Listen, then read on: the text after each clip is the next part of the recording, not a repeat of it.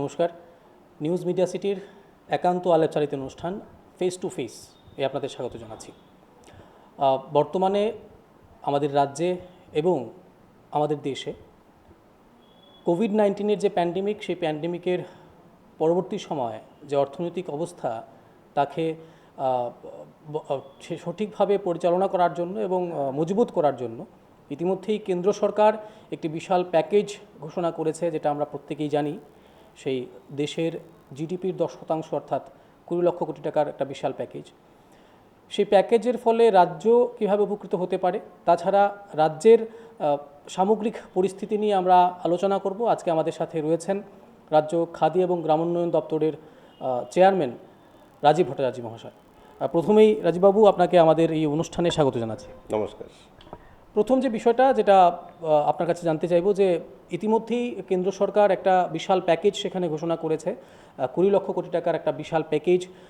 যেভাবেই কোভিড-19 ফলে লকডাউন চলছে সমগ্র রাজ্যে এবং সমগ্র দেশে, তার ফলে অর্থনৈতিক পরিকাঠামোর মধ্যে যে একটা বিশাল একটা এফেক্ট আসবে, সেটাকে মেনটেন করার জন্য কিন্তু একটা বিশাল পদক্ষেপ, যেটা আলোচনা হচ্ছিল বিভিন্ন মহলে, সেটা কিন্তু সরকার নিয়েছে। কেন্দ্র সরকার কীভাবে দেখছেন এই পদক্ষেপকে? আমি প্রথমেই আপনাদের মাধ্যমে ভারতবর্ষের প্রধানমন্ত্রীকে অসংখ্য ধন্যবাদ জানাই। এই কারণ এই রকম পরিস্থিতির মধ্যে দাঁড়িয়েও আজকে এত বড় প্যাকেজের ঘোষণা করেছেন, যেটা ভারতবর্ষের ইতিহাসে সেটা একটা বিশাল বড় বিরলতম ঘটনা। আমি আপনাদের মাধ্যমে আমাদের দেশের বলিষ্ঠ প্রধানমন্ত্রী নরেন্দ্র মোদীজিকে প্রথমে ধন্যবাদ জানাচ্ছি।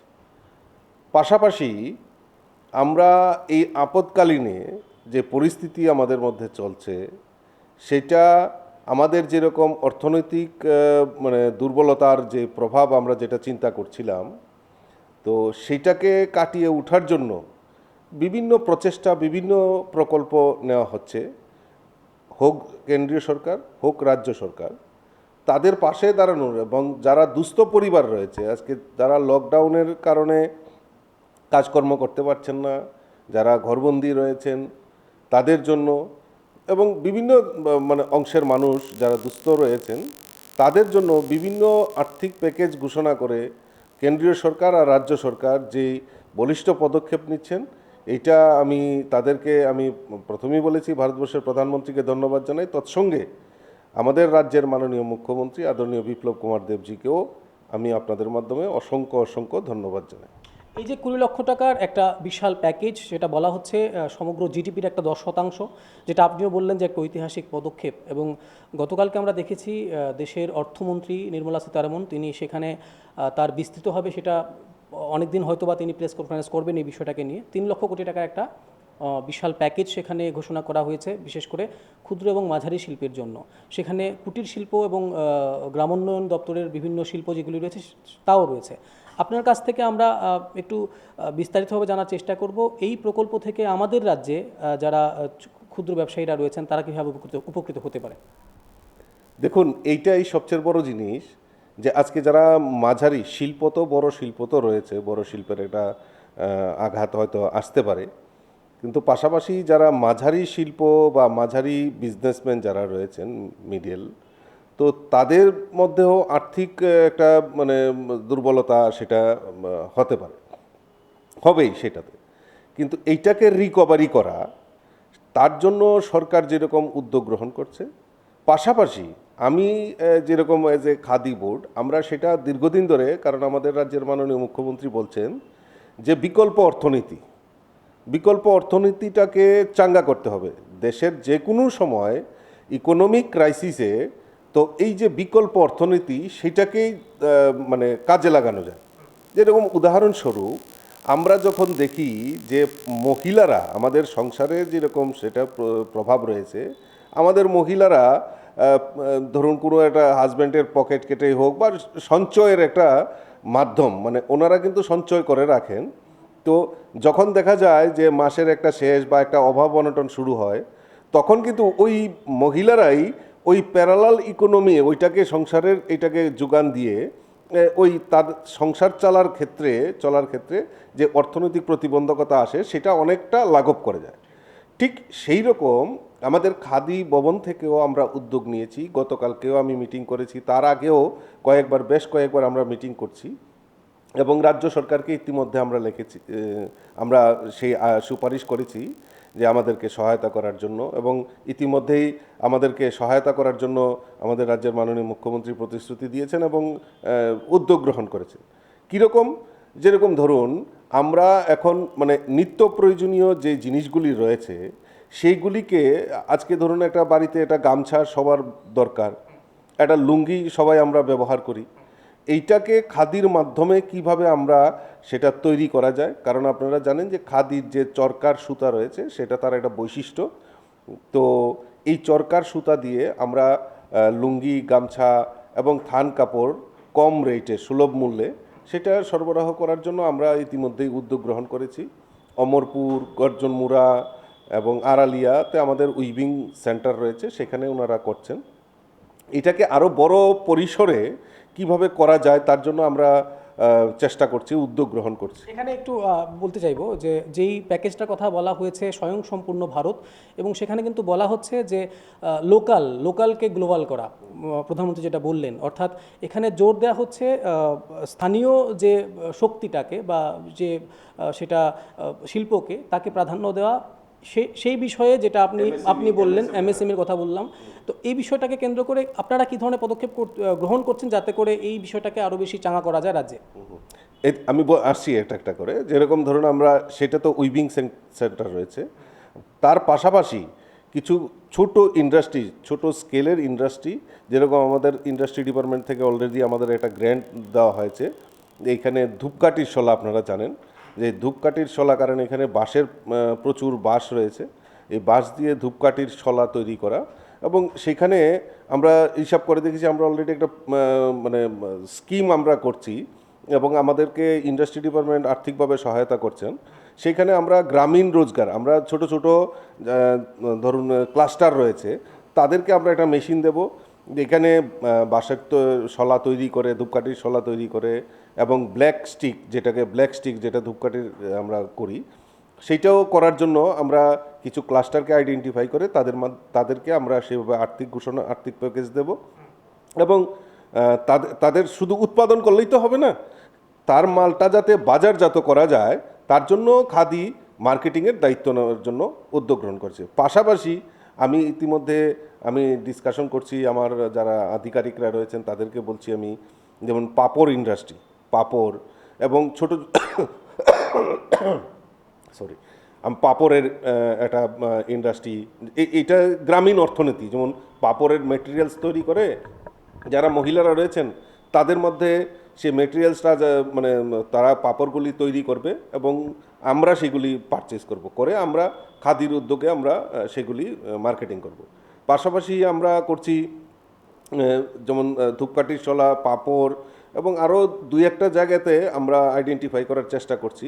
ইতিমধ্যে আপনারা জানেন যে মধুটাকেও আমরা মার্কেটিং করার জন্য আমরা একটা বিশেষ উদ্যোগ গ্রহণ করেছি। অলরেডি প্রায় 2000 বেনিফিশিয়ারির লিস্ট আমরা তৈরি করেছি প্রায় 40টা ব্লকের মাধ্যমে।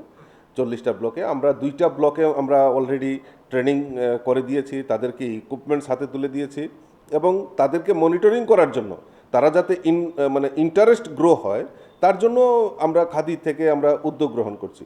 ইতিমধ্যে আমরা একটা চিন্তা ভাবনা করছি, যারা পিএমজিপি লোন নেয়, আমি যখন খাদি বোর্ডের চেয়ারম্যান হিসেবে দায়িত্ব নিয়েছিলাম, আমি তখন বলেছিলাম যে আমরা দেখি যে ওই যে প্রধানমন্ত্রী স্বরোজগার যোজনায় অনেকেই সেটা লোন নেয়, তার একটা বিরাট সাবসিডি রয়েছে। তো সেই ক্ষেত্রে দেখা যায় অনেক সময় ব্যাংক তাদেরকে এইগুলি দিতে চায় না, কারণ ডিফল্টার হয়ে যায়।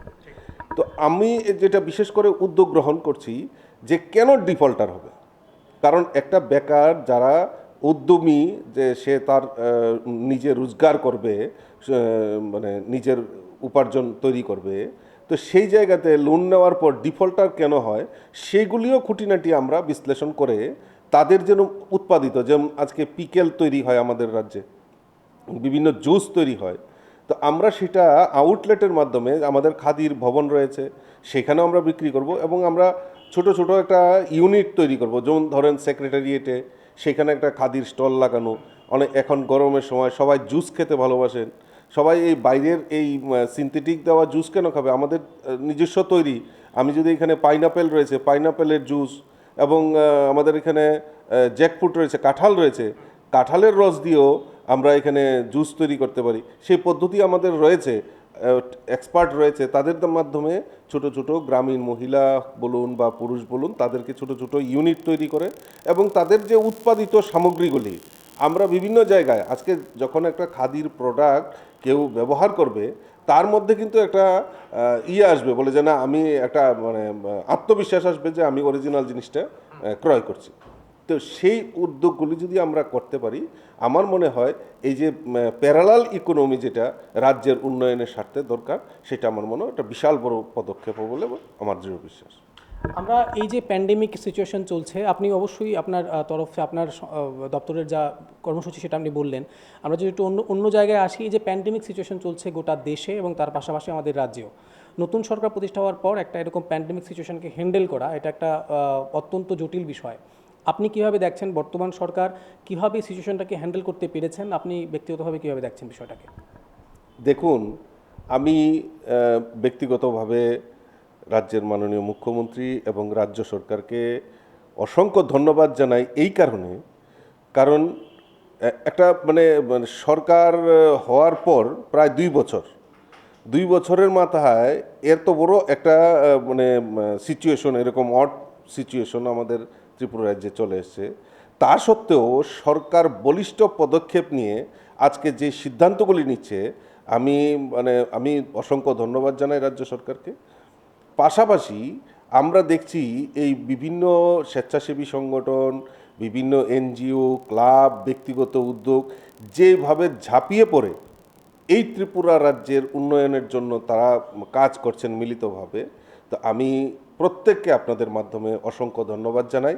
আমরা ইউনাইটেড, আমরা একতা আছে বলেই আজকে এই ত্রিপুরা রাজ্যের একটা মানে বিশাল বড় আপদা থেকে আমরা নিস্তার হতে চলছে। আমরা সরকারি উদ্যোগ মানে সরকার যে সিদ্ধান্তগুলি নিচ্ছে, সেই সিদ্ধান্তগুলি আমরা প্রতিপালন করছি বলেই আজকে ত্রিপুরা করোনা মুক্ত মানে অনেকটাই রয়েছে।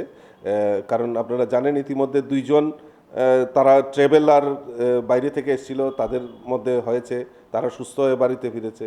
বিএসএফ, সেটা তো তারা কিভাবে সংক্রামিত হয়েছে এটাও একটা পর্যালোচনা চলছে। কিন্তু তা সত্ত্বেও আপনি যদি দেখেন যে সামগ্রিক দিক দিয়ে যদি অন্যান্য উত্তর পূর্বাঞ্চলের বলুন বা অন্য অন্য জায়গায় নর্থ ইন্ডিয়া বলুন, সাউথ ইন্ডিয়া বলুন, তার থেকে তুলনায় কিন্তু আমাদের এই ত্রিপুরা রাজ্য অনেকটা সেফ জোনে রয়েছে, গ্রিন জোনে রয়েছে, এই সরকারের বলিষ্ঠ পদক্ষেপের কারণে। আপনি পাশাপাশি রাজ্য বিজেপি দলের সহসভাপতি পদে রয়েছেন।